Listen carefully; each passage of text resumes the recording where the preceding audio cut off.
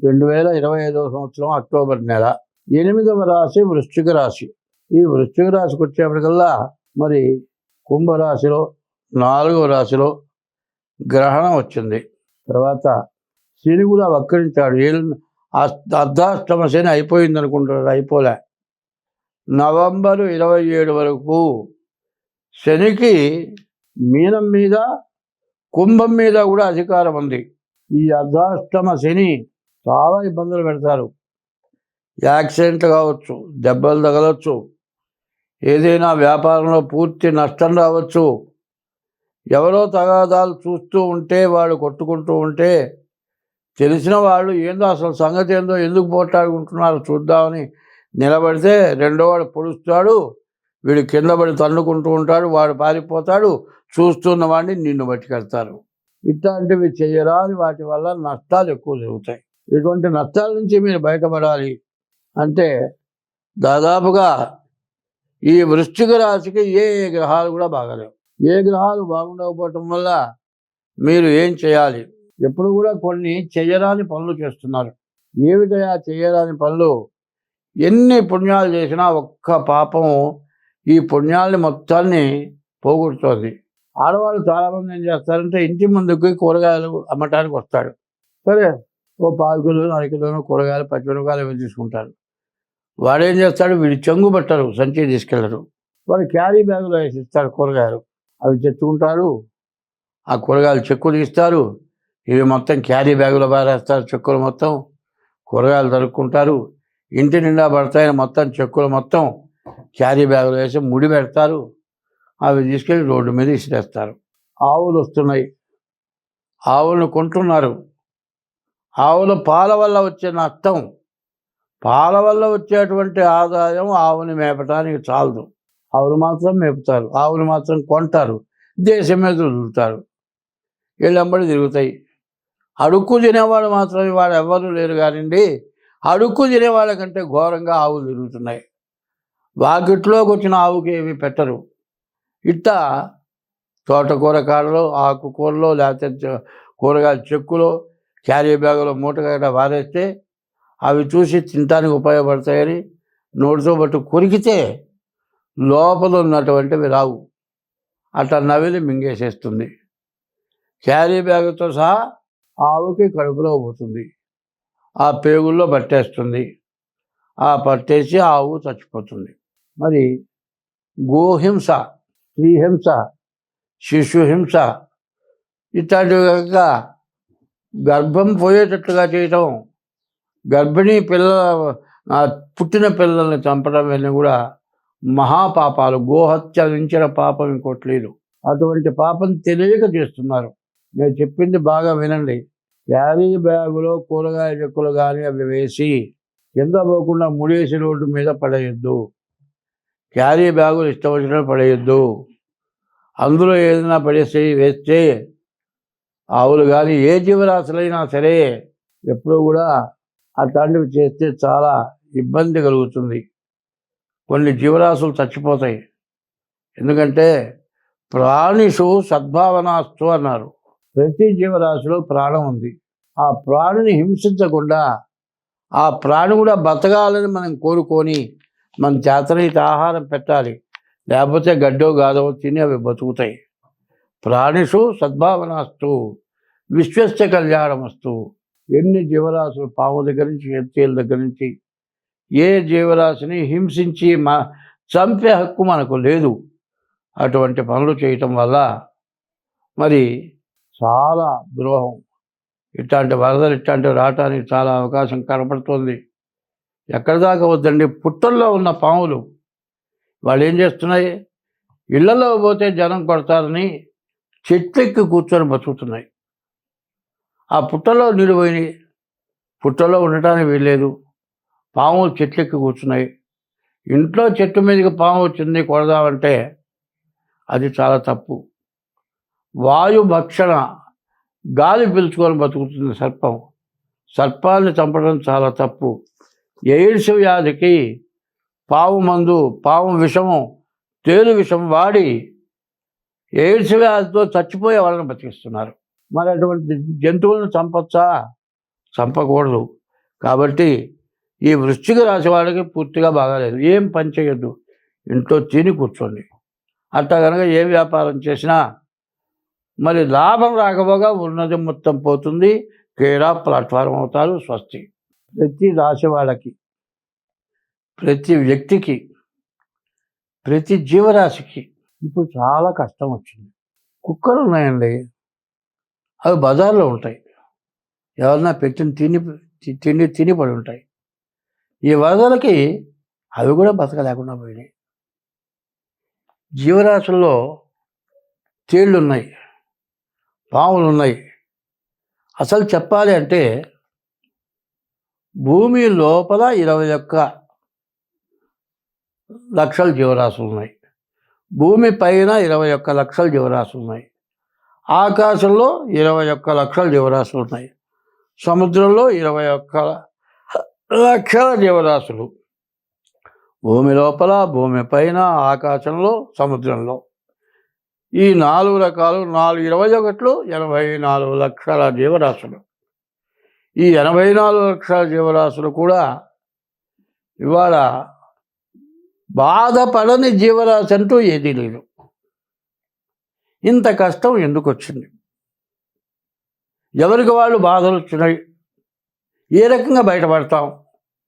రోజు కూలికి పోయేవాడికి 2 నెలల నుంచే వర్షాలు. కూలి పని చేసుకుంటానికి లేదు. ఏ పని చేసుకుంటానికైనా ఇబ్బందే, ఎక్కడికి పోవటానికైనా ఇబ్బందే. మరి ఏమీ జరగట్లేదు. దాదాపుగా ఏ వృత్తి చేసేవాళ్ళకైనా వాళ్ళకు ఎప్పుడు వచ్చేదానికంటే 1/4 కూడా రావడం చాలా కష్టమైపోయింది. కొంతమందికి అసలు ఆదాయమే లేదు, తినడానికి తిండి లేదు, పస్తులు పడుకునే పరిస్థితి వచ్చింది. నీళ్లలో మునిగిపోయి, నీళ్లలో కొట్టుకుపోయి, వరదల వల్ల చచ్చిపోయి ఎన్నో బాధలు పడ్డారు. ఇన్ని బాధలు ఎందుకు వచ్చినాయి? నువ్వు చేశానా, నేను చేశానా, ఎవరు చేశారు అని ఆలోచించుకోవాలి. ఇదంతా చేసింది మనమే. నీరు పళ్ళ మెరుగు, నిజము దేవుడు ఎరుగు అన్నారు. పళ్ళల్లో ఇల్లు కట్టావండి, నీళ్ళు పోకుండా ఆపావు. ఆ నీళ్లు బ్లాక్ అయిపోయినాయా? నీరు పళ్ళ మెరుగు, నిజము దేవుడు ఎరుగు. నువ్వు నిజం చెబితే మాత్రం నువ్వు నిజం చెప్పావో అబద్ధం చెప్పావో దేవుడికి తెలుసు. అబద్ధం చెబితే దేవుడు స్వీకరించాడు, నిజం చెబితే దేవుడు స్వీకరిస్తాడు. ఇది ఎందుకు ఇట్లా వచ్చింది, ఎందుకు ఇట్లా వచ్చింది అనే దాన్ని కొంచెం 2 ముక్కల్లో చెబుతాను, ఆలకించండి. కుక్కలు ఉన్నాయి, బరగొడ్లు ఉన్నాయి, రకరకాలైన జీవరాశులు ఉన్నాయి. వాటికి సంభోగం చేయటానికి, సంతానం ఉత్పత్తి కలగటానికి దానికి కొంత టైం ఇచ్చారు. ఆ టైంలోనే ఆ జీవరాశులు కలుస్తున్నాయి. మిగతా టైంలో ఆ జీవరాశులు ఆడ జీవరాశికి మగ జీవరాశి ఆడ జీవరాశి జోలికి పోవటం లేదు. మనం చూస్తున్నాం. చిత్తకార్తెల్లో కుక్కలు అంటారు. ఇట్లా ఉంటుంటే చిత్తకార్తె కుక్కల కంటే మనం ఘోరమైపోయినాము. మిమ్మల్ని ఎవరిని అంటలే, అందరూ, నేనే కాదు, నా పిల్లలు కూడా కావచ్చు, అందరూ ఇట్లా తయారైపోయినారు. ఏమిటి? ఎప్పుడు కూడా వివాహ వ్యవస్థ చిన్న భిన్నమైపోయింది. వివాహం పెద్దల సాంప్రదాయం ప్రకారం జరగటం లేదు. ఎవరు ఇష్టం వచ్చినట్టు వాళ్ళు చేసుకుంటున్నారు. చీడా పెళ్ళయిన తర్వాత భార్యను చుట్టం లేదు, తల్లిదండ్రులకు అన్నం పెట్టడం లేదు, తల్లిదండ్రులు వెళ్ళగొడుతున్నారు, కొన్ని చోట్ల వృద్ధాశ్రమంలో చేరుస్తున్నారు. బాగా చదువుకొని ఉద్యోగం చేస్తూ విదేశాల్లో ఉండేవాళ్ళు తల్లిదండ్రులు చచ్చిపోతే వచ్చి అంత్యక్రియలు చేయడానికి కూడా మాకు ఖాళీ లేదు, మేము రాము, ఎవరన్నా చేయండి, వీడియోలో చూస్తామంటున్నారు. నిన్ను కని పెంచి పెద్ద చేసి సర్వస్వం ధారబోసి విద్య బుద్ధులు చెప్పించిన తల్లిదండ్రుల్ని నువ్వు చుట్టలేదు. సరే, పెళ్లి చేసుకున్న తర్వాత భార్యతో కూడా నీవు సక్రమంగా పిల్లలు పుట్టిన తర్వాత కొంతకాలం గడిచిన తర్వాత భార్యను వదిలిపెట్టి పరస్త్రీ వ్యామోహంతో తిరుగుతున్నావు. ఇది చెయ్యతగిన పనా? చెయ్యతగని పనా? చేస్తే మనకేమొస్తుంది, చేయకపోతే ఎట్లా ఉంటాం? ఇటువంటి తప్పుడు పనులు మనం ముందు మానుకోవటం అవసరం. తర్వాత ప్రతి ఇంటికి దైవం ఉన్నాడు. కొంతమంది రాముడిని పూజిస్తారు, కొంతమంది శివుణ్ణి పూజిస్తారు, కొంతమంది విష్ణువుని పూజిస్తారు, కొంతమంది అమ్మవారిని పూజిస్తారు. ఎవరి ఇష్టదైవాన్ని వాళ్ళు పూజిస్తారు. అదే కాకుండా ఇప్పుడు వస్తున్న పరిస్థితి ఏమిటంటే, చదువుకున్నావు దేనికిరా అంటే ఉద్యోగం కోసం, చదువు విజ్ఞానం కోసం కాదు. అజ్ఞానం అంటున్నారు, అజ్ఞానమైన చదువు చదువుతున్నారు, జ్ఞానమైన చదువు చదవటం లేదు. రామాయణం, భారతం, భాగవతం ఇట్లాంటి తొమ్మిది శతకం ఇట్లాంటివి ఉన్నాయి, వేమన శతకం, ఇవన్నీ కూడా జ్ఞానాన్ని ఇచ్చేవి. ఇవి చదవటంలా, ఎవరితో ఎట్లా మెలగాలి తెలియటంలా. ఇట్లా పాపం ఎక్కువైపోయింది. ఈ పాపం ఎట్లా ఉందంటే, చదువుకునే పిల్లలు గర్భవతులై పిల్లల్ని కానీ చెత్త గుంటల్లో బారేసి పిల్లల్ని, పుట్టిన పిల్లల్ని, ఎంత ఘోరాతి ఘోరమైన పనులు జరుగుతున్నాయి. ఈ ఘోరాతి ఘోరమైన పనుల వల్ల, మహాపాపం పెరగటం వల్ల భూదేవత భరించలేక ఇట్లాంటి ఉపద్రవాలు వచ్చినాయి. ఇప్పటికైనా నేను ముందుగా చెప్పా, ఈ సంవత్సరం బాగా ఉపద్రవాలు వస్తాయని చెబితే, ఏమయ్యా జాతకాలు చెప్పమంటే అనవసరమైనవన్నీ చెబుతూ ఉన్నావు అని నన్ను విమర్శించారు. ఇవాళ ప్రపంచం మొత్తం, మన భారతదేశం మొత్తం అమర్నాథ్, హరిద్వార్, హృషికేశ్, కాశీ, ఉత్తరప్రదేశ్, దక్షిణ దేశం మొత్తం జలమయమైపోయి రకరకాలైన బాధలు పడుతున్నాం.